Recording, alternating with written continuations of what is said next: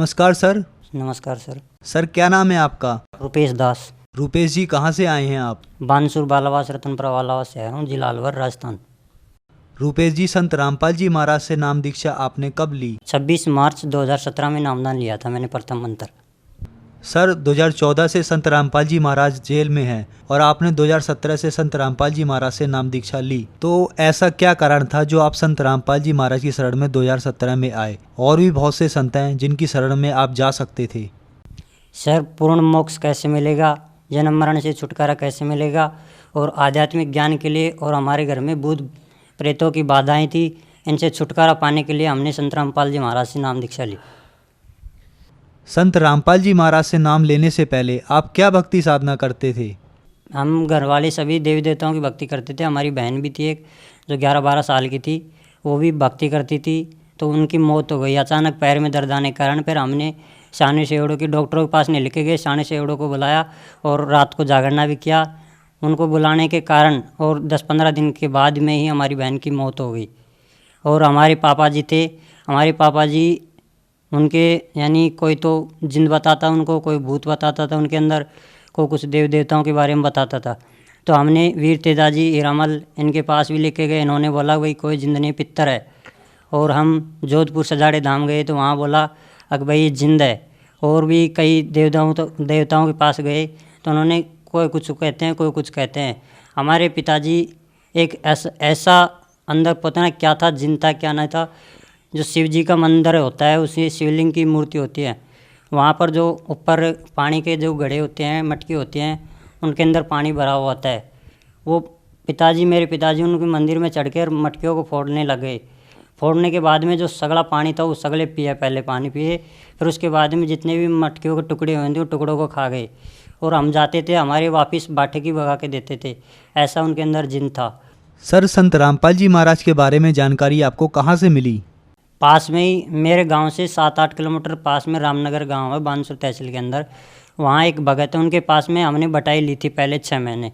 तो उन्होंने हमारे को बताया, फ़ोन करके बताया, घर पे बुलाया, पुस्तक दी गीता तेरा ज्ञान अमृत। और उससे पहले मेरे को 2009 के अंदर भी एक पुस्तक मिली थी जो ज्ञान गंगा के नाम से थी। वो पुस्तक मैंने पढ़ाई करता था, मैं 7वीं 8वीं में जिस टाइम मिली थी, मेरे को रास्ते में एक बुजुर्ग आदमी ने देख के गए थे मेरे को। वो पता नहीं कौन था, कहाँ के था, उसने बताया भी नहीं मेरे को। बोला अब बच्चे इसको पढ़ना है, फेंकना नहीं है।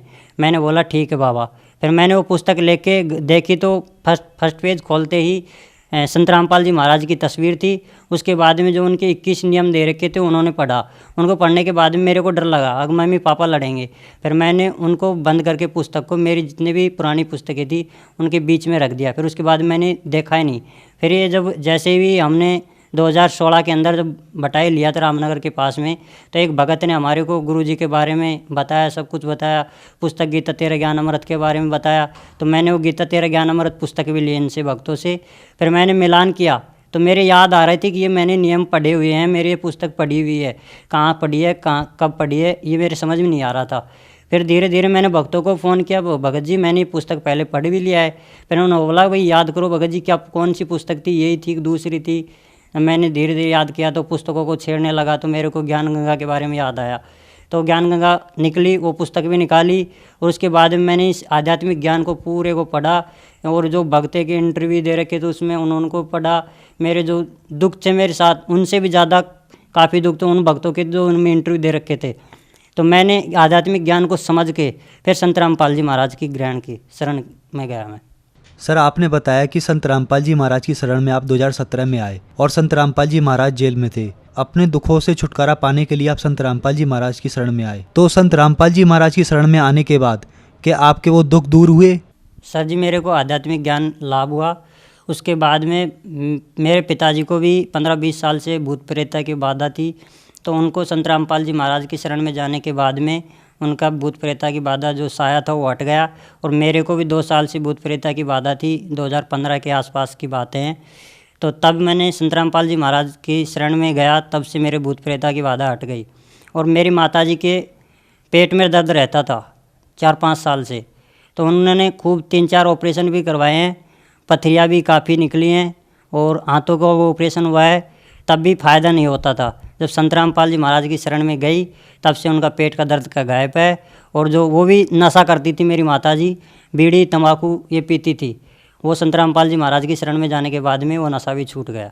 सर ये जो अभी 20 दिन पहले की बात है, 1 मार्च 2018 के अंदर जो बहरोड के अंदर सत्संग का प्रोग्राम था 4 मार्च 2018 का, तो उसमें 3 दिन पहले की सेवा चली हुई थी। तो हमने 2 मार्च 2018 को वहाँ पर सेवा के अंदर गए बहरोड। तो 3 तारीख को सत्संग के दौरान मैं पुस्तक सेवा कर रहा था चौक के ऊपर, जो दिल्ली की तरफ जो सड़क जाती है उधर उस पुलिया के नीचे। तो वहाँ अचानक पुस्तक सेवा करते करते 4 बजे की समथिंग मेरे बगल में छाती में दर्द आया।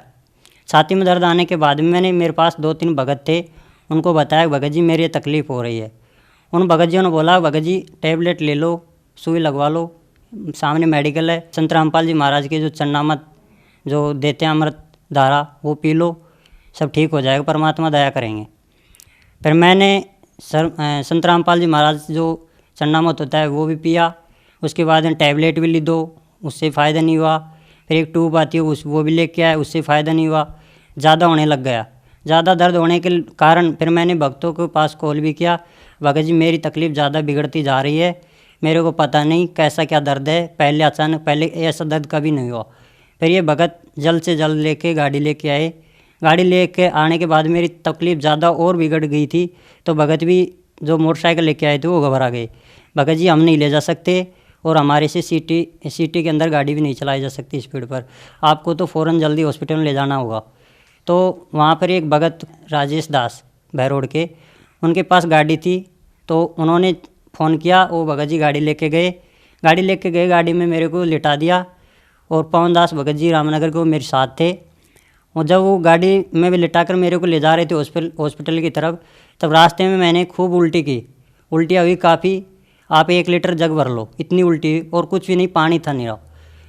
और फिर हॉस्पिटल के गेट पे पहुँचते ही मैं बेहोश हो गया था। उसके बाद में मेरे को पता नहीं था, एक भगत जी था मेरे साथ, वो मेरे साथ आए हुए हैं, वो आपको आगे के बारे में बताएंगे भगत जी। नमस्कार सर। सर नमस्कार। सर क्या नाम है आपका? सर पवन दास।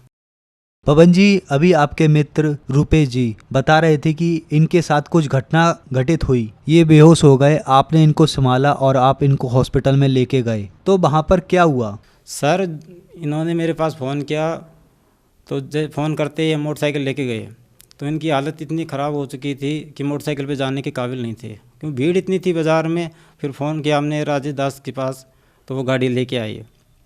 गाड़ी में लेके गए तो हॉस्पिटल ले जाते इनकी ऐसी कंडीशन हो गई कि संभालना मुश्किल हो गया। जैसे डॉक्टर के पास जैसे तैसे करके ले गए अंदर, तो डॉक्टर ने चेक किया, तो डॉक्टर ने कहा कि भाई इनको जल्दी से जल्दी आप पहले तो ईसीजी करवाओ।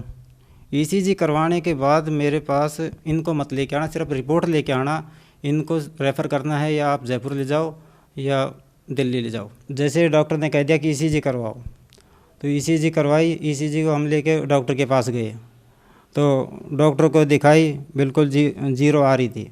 रेफ़र के लिए बोल दिया कि इसको जयपुर ले जाओ या दिल्ली ले जाओ, इसमें इसको जल्दी से जल्दी आप वहाँ पहुँचा सकते हो, इसकी नब्ज़ नाड़ी कुछ भी नहीं आ रही।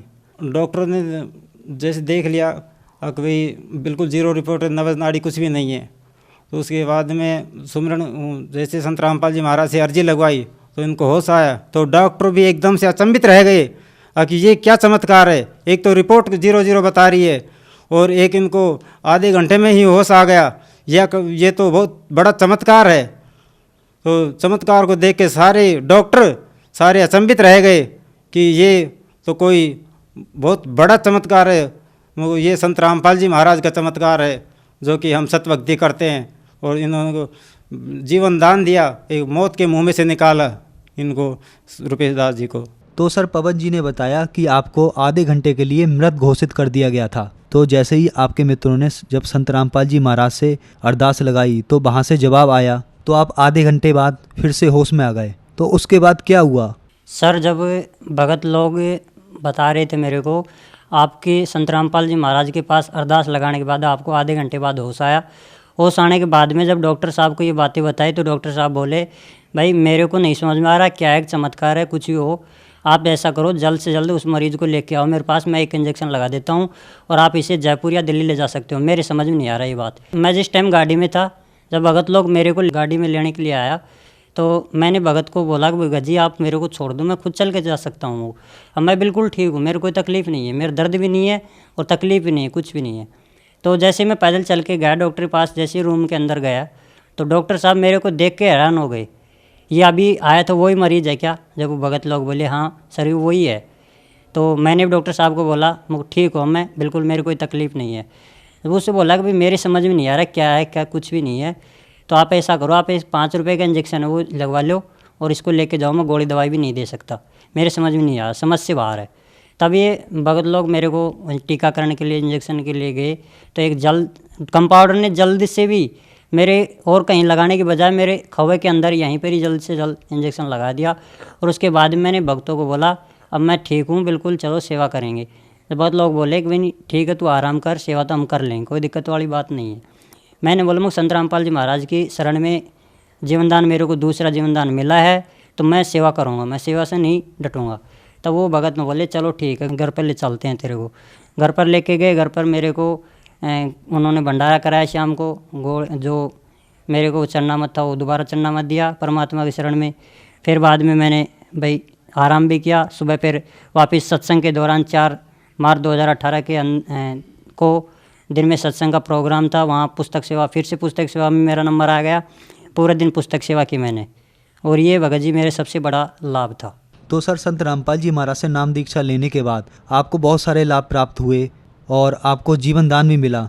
तो जो लोग आज दुखी हैं उनको आप क्या संदेश देना चाहते हैं?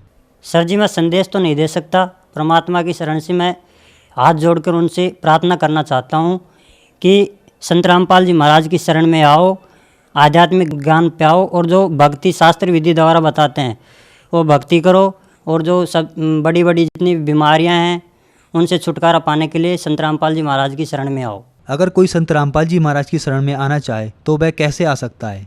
बहुत सारे चैनल चल रहे हैं, संत रामपाल जी महाराज के सत्संग प्रवचन चल रहे हैं उन पर, तो उनके नीचे एक लाइन आती है पट्टी, उस पर मोबाइल नंबर दिए हुए हैं आश्रम के, उन पर कॉल करो। आप उन नंबरों पर कॉल करने के बाद में आपको जहाँ आपसे फ़ोन कर रहे कहीं से भी कर रहे हो, आपको जगह बता दी जाएगी और नामदान केंद्र बता दिए जाएंगे। आप वहाँ जाके फ्री में मुफ्त में नामदान केंद्र पर नाम दीक्षा ले सकते हो। धन्यवाद सर। धन्यवाद।